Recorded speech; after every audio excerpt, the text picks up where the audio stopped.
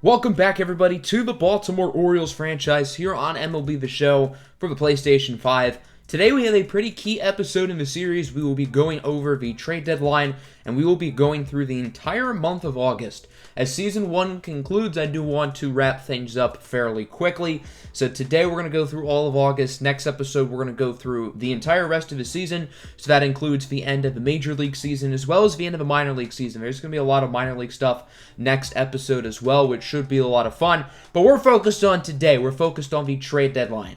We have been active so far this year in the trade market. At the start of the month, we made our biggest moves of the series, acquiring some top prospects such as Marco Luciano and Heliot Ramos. We also got some developmental players on the major league team, such as Aristides Aquino and Jorge Mateo. Obviously, I want the trades to be somewhat realistic. I want the trades to make sense for both sides, but I also want to make moves that really benefit us.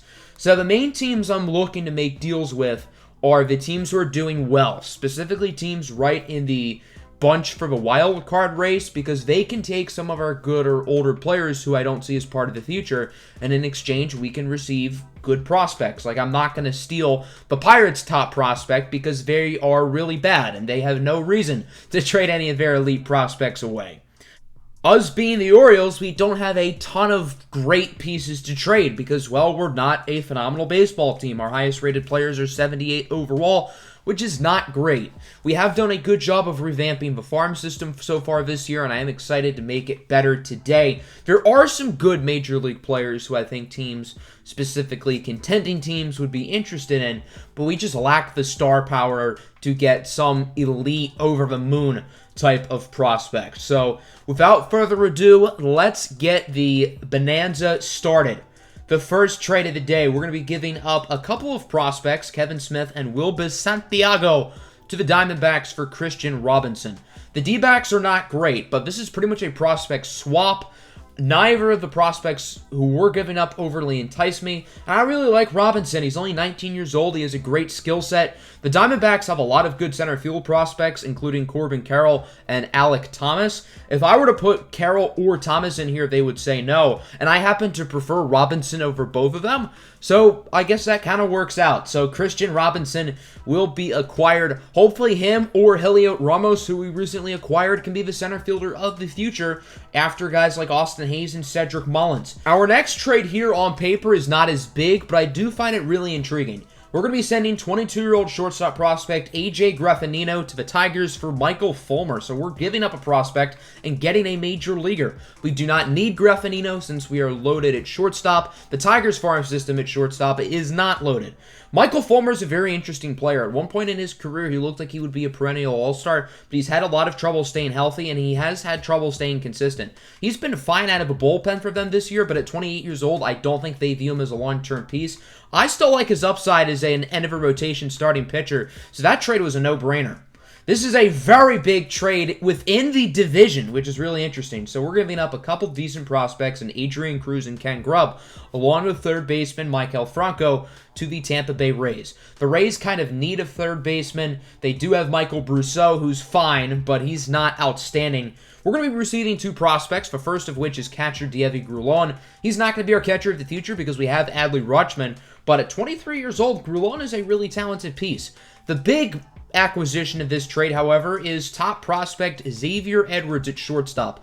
The Rays don't need Edwards because they have Willy Adames at big league level, and in the minors, they have Greg Jones, Vidal Brujan, and Wander Franco, so they have no need for Xavier Edwards. I don't know how they feel about trading him in division, but of those middle infielders, I think he's probably the one they like the least. We have another smaller trade here with the Texas Rangers, just a swap of major leaguers Pedro Severino for Willie Calhoun. We don't need Severino. We don't really need a catcher. We have Adley Rutschman. Severino is just a bench guy. Calhoun is another former top prospect who just has not developed, but we're taking a lot of flyers on former top prospects, see if they can revive their careers with us. Calhoun usually does pretty well in MLB The Show Sim too, so maybe he can be a long-term piece. The final and biggest trade of the day, in my opinion, is with the White Sox. Remember when we acquired Reynaldo Lopez? Well, they have not replaced him. Their current fifth starter is Aaron Bummer, who is a fine relief pitcher. Their fifth highest starting pitcher in the organization is Matthew Thompson, so clearly they don't value Thompson high enough that they're not going to start him. So Adam Plutko will become their 5th starter. He's been fine for us this season. We're going to be trading 2 prospects away, including Jordan Westberg, who is quite good. But again, look at all these damn shortstops. We do not need Jordan Westberg. And the player we are getting is starting pitcher Matthew Thompson, who at only 19 years old, 69 overall. I think he has like 96 potential. I think this guy can be our future ace. We have some good pitchers in our farm system, but I don't think any of them have the upside he does. And I think he can be the ace of the future. So that will do it here for our trades. I know we have been very active this year in the trade market. I know the team looks very different, but I think we've really done a good job of revamping the farm system, and I really like our future. Dilson Herrera and Matt Harvey will be called back up to the big leagues because we only had 24 players, and the lineup looks a tiny bit different. Willie Calhoun will now be an everyday starter for the most part. I'm not sure if he's going to be an everyday guy once Anthony Santander and Ryan Mountcastle are healthy, but for right now, he will be playing a lot. I think the goal here for the rest of the season is just to see what a lot of these guys are made of and figure out if some of these players are long-term pieces for the future. Michael Fulmer will be inserted in the rotation. He will be getting the start in today's game, ironically, against the Tigers. But bullpen, for the most part, does remain unchanged. So it kind of was perfect that we were playing the Tigers because we get to see Michael Fulmer against his old team. By the way, here's a new look at the future depth chart going forward. Again, one of the new features from MLB The Show 21.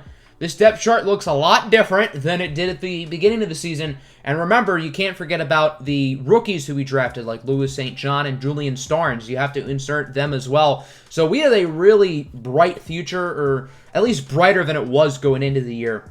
So let's play this game on July 31st, the day of the trade deadline at Comerica Park against the Detroit Tigers. The Tigers have not been terrible. 51 and 56 are probably not good enough to get a playoff spot, but they have not been absolutely terrible. It is also worth noting that this gentleman, Brock D'Anthridge, will be making his Major League debut. I imagine he is taking over for Michael Fulmer's roster spot as we look at both lineups 1 to 9. Regular starters today for the Orioles. D'Anthridge will be hitting leadoff. Usually Akil Baddoo plays center field. He'll be the DH today. So it's Joey Wentz on the mound for Detroit, the lefty. He has not been good this year. 1.69 whip is nice, but that ERA, 6.82, that is not pretty. Here is Trey Mancini. He swings and misses the high fastball. Good first inning for Joey Wentz as he strikes out the 2021 All-Star. Speaking of former All-Stars, we get to look at Michael Fulmer, his Orioles debut, his first start of the season against the team who just traded him, which might be a little bit awkward, but I think it will prove to be fun. D'Anthridge, in his first Major League at-bat, ends up striking out, so a good start in the Oriole career of Michael Fulmer. Here is Harold Castro now, the 3-2, hits this one pretty nicely in the left. Calhoun reacts late, then he totally misplays it. That should have been, at worst, a single, but instead it is a triple. Not a great first impression for Willie Calhoun. He'll have many opportunities to make that up, but not an ideal start to his Oriole career. And then Willie Castro grounds it to third. Mancini will tag the bag, but Castro will score, and the Tigers will start off with a 1-0 lead off of the RBI from Castro. Here's Willie Calhoun coming off that bad defensive play. His first Orioles at bat does not go much better as he goes down looking on the four-seam fastball. Surprised they called that a strike. That pitch didn't really look like it was in the zone. 1 out now for Adley Rutschman. This ball is fair. Rutschman with a double. The runner, Rivera, headed to the plate. The throw is not in time.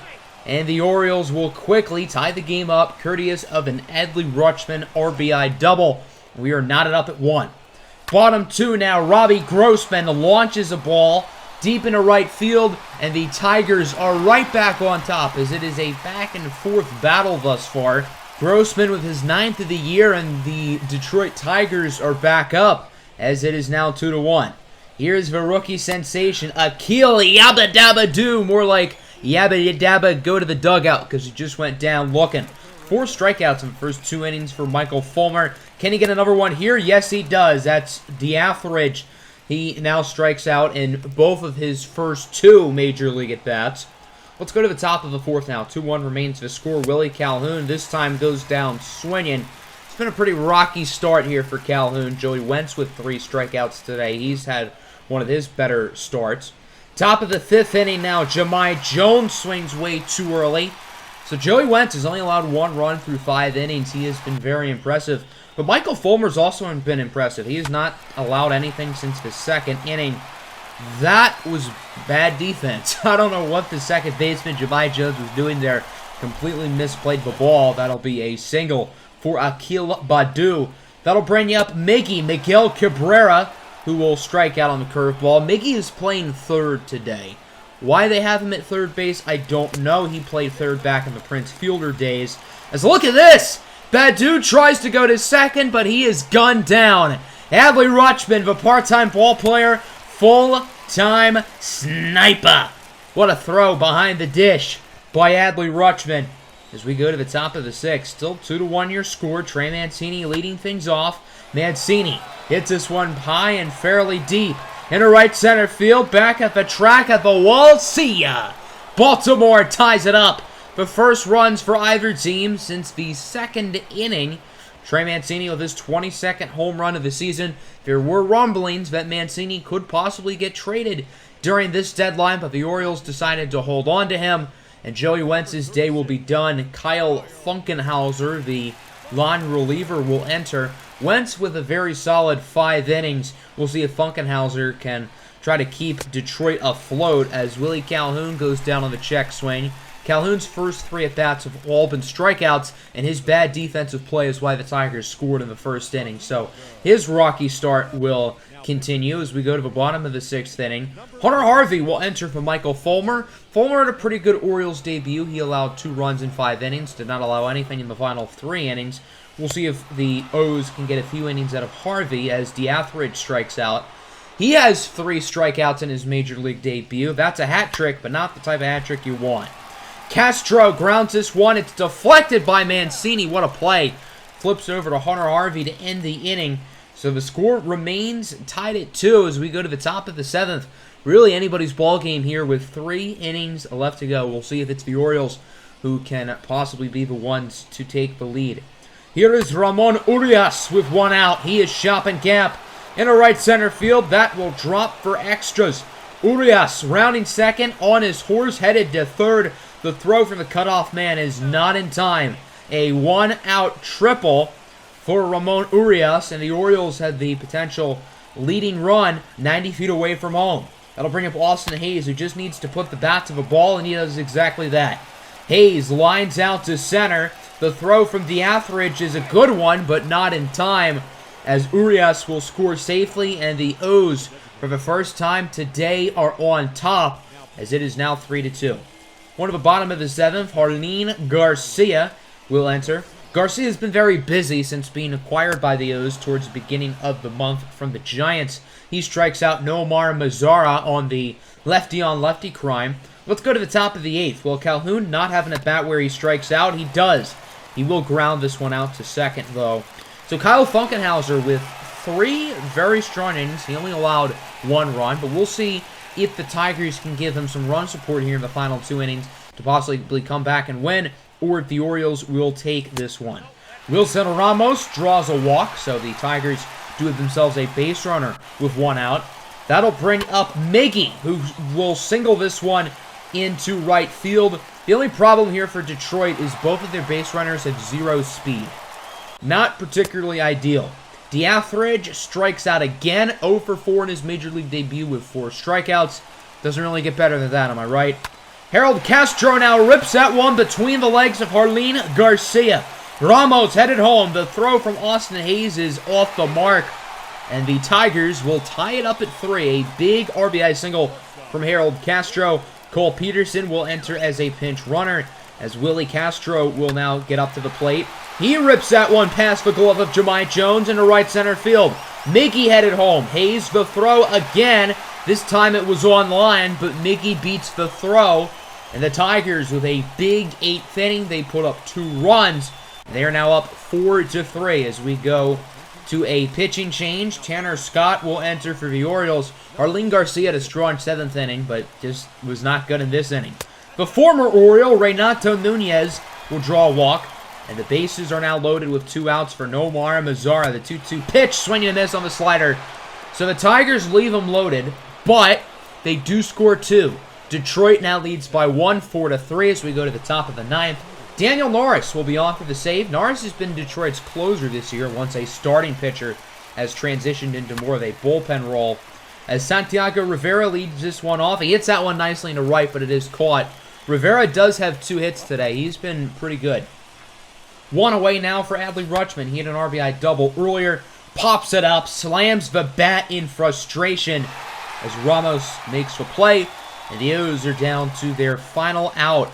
It's down to Aristides Aquino. The 1-1 from Norris. This one is ripped. Deflects off of Norris's leg.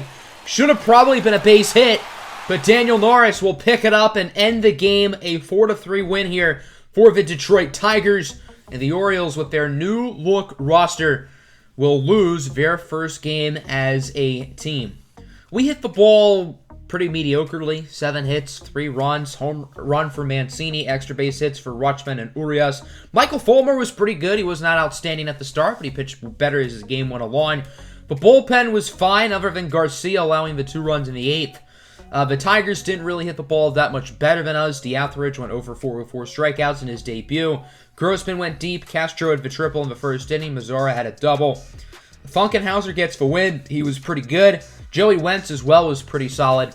So there were some big moves throughout the trade deadline that were not just made by us. Whit Merrifield is going to the Red Sox for a few prospects, most notably Vladimir Sirojkin, who was the highest-ranked international free agent. So the highest-ranked subscriber-made player has already been traded. Josh Bell and Andrew Heaney have been swapped, so Heaney is now a national. Josh Bell going to the Angels. So we're going to simulate the first half of the month of August, go to this Tampa Bay series. We've not played against the Rays this year in an actual game, so I would like to. And in our first 13 games of a month, we went 5-8, so respectable, not great, but not terrible either. We are now 41-76 as we go into this 4-game set against Tampa Bay. I decided to play the second game of the series. I wanted to see some more Michael Fulmer because I've been really intrigued by how he's played so far. Look at his numbers. His ERA's gone down to 2.87. Kind of want to see what he can do again. So the Orioles ended up winning Game 1 of the series, pushing their record to 42-76. Tampa Bay has been pretty disappointing. They are 55-64. They tried to make a playoff push by acquiring Maikel Franco at the deadline. They're still in it for the wild card race, but they're not in a particularly good position to make the postseason.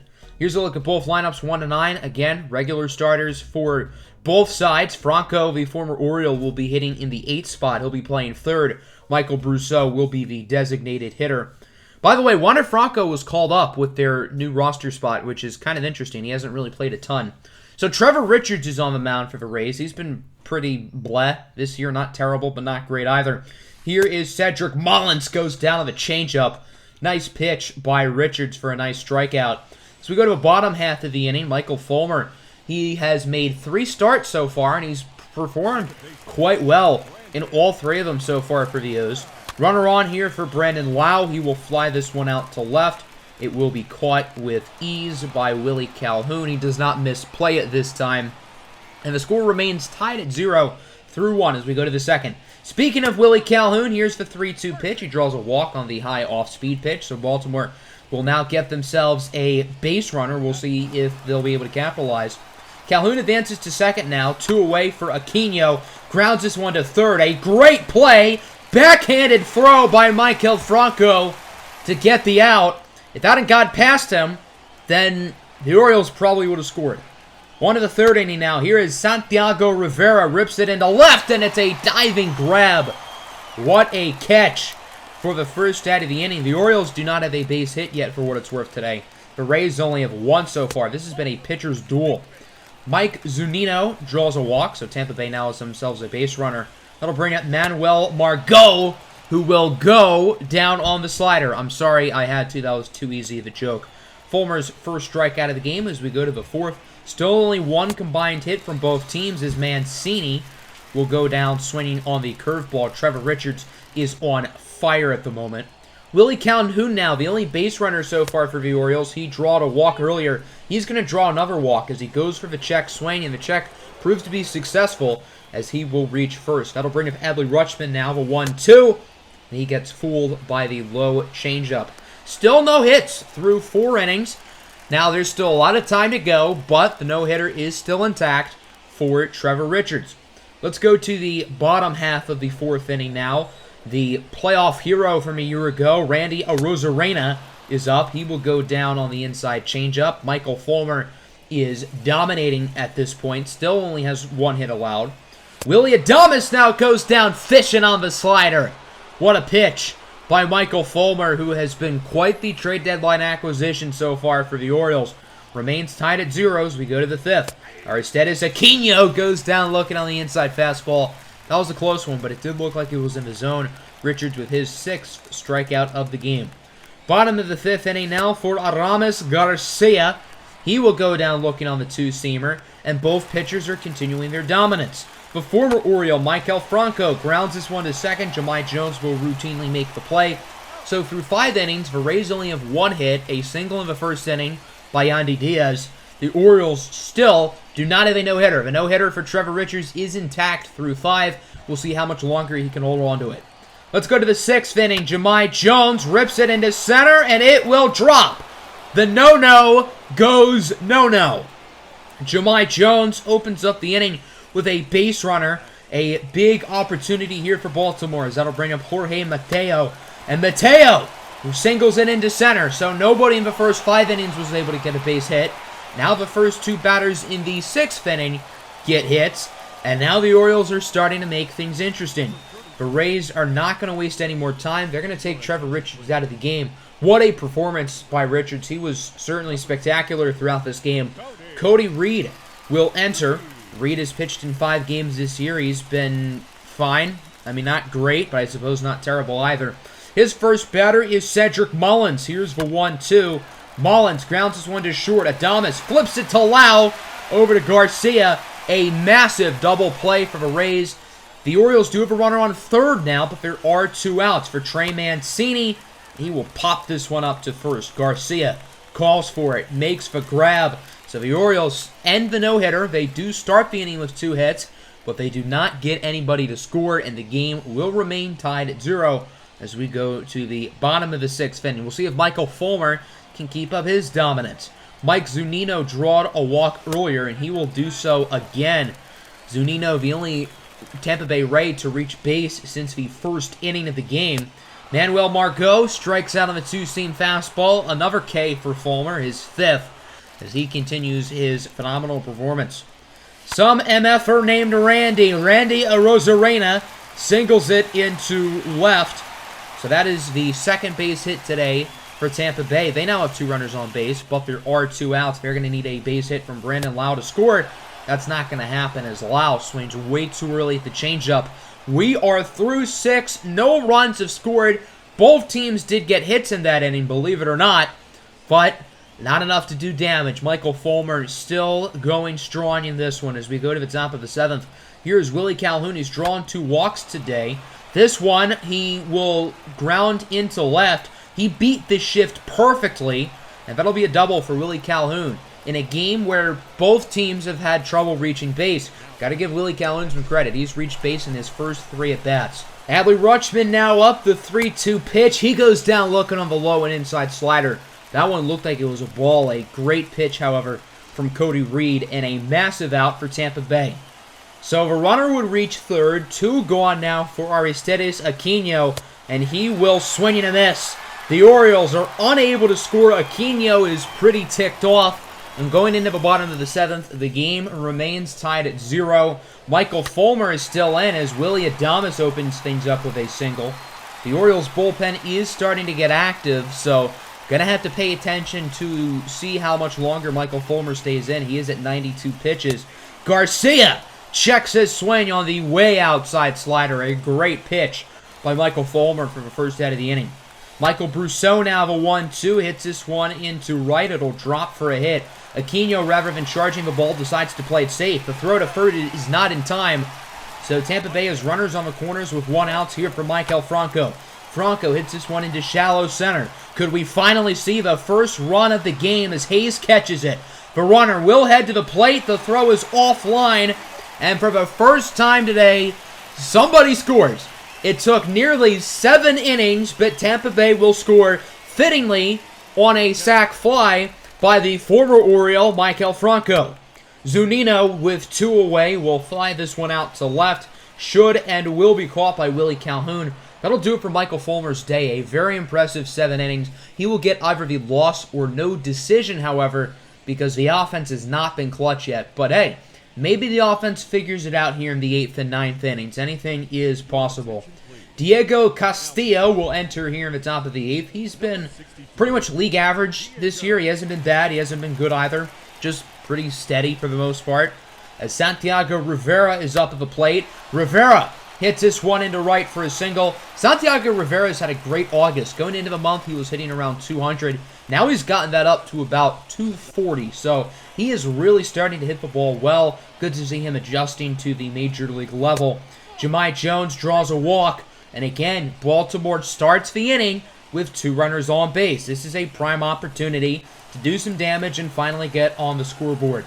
Here's the following batter. Jorge Mateo grounds this one to second. An easy double play opportunity. They don't turn 2. Nice hustle by Mateo to be safe at first. Now there are runners on the corners and 1 out. That will bring up Cedric Mullins. A nice opportunity to drive in a run. He just cannot ground into a double play. As this one is grounded past Brandon Lau. And the Orioles will finally get on the scoreboard.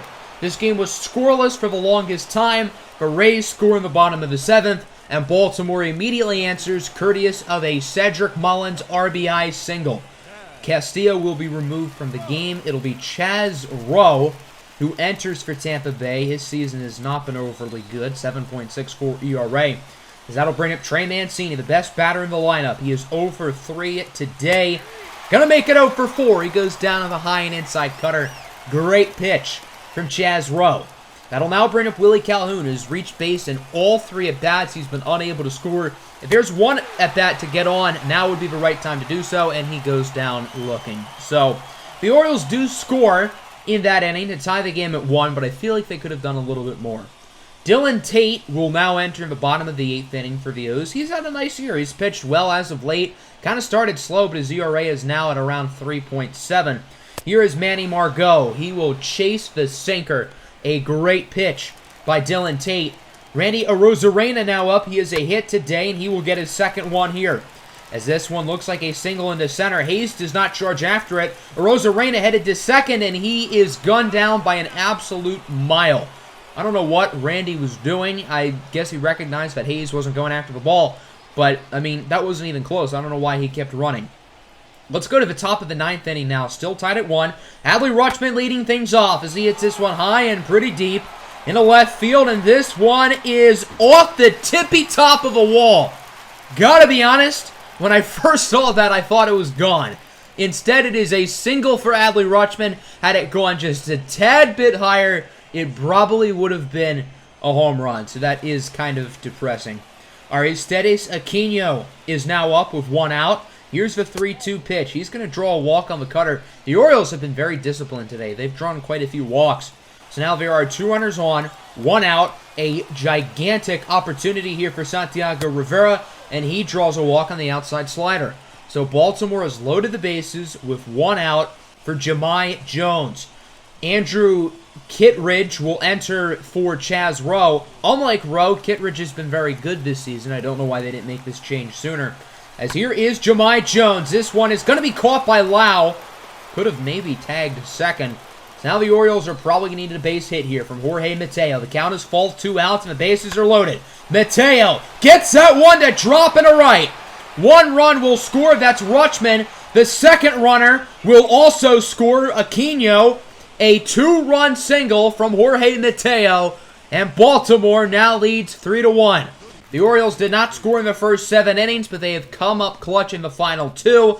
And now it's on for Travis Lakin Sr. to get the save. He has 20 on the year and 24 opportunities. As here's Willie Adames chasing the off-speed pitch. And look at that. That should have been a simple ground out, but Jorge Mateo bobbled the ball. So the tying run is now up at the plate. It's Aramis Garcia. He strikes out on the fastball. All right, so now Tampa Bay is down to their final out. It's Michael Brousseau. Grounds this one nicely to short. Mateo does field it cleanly. The throw is in time. A very tough and hard-fought game will go to the Orioles. They win it 3-1.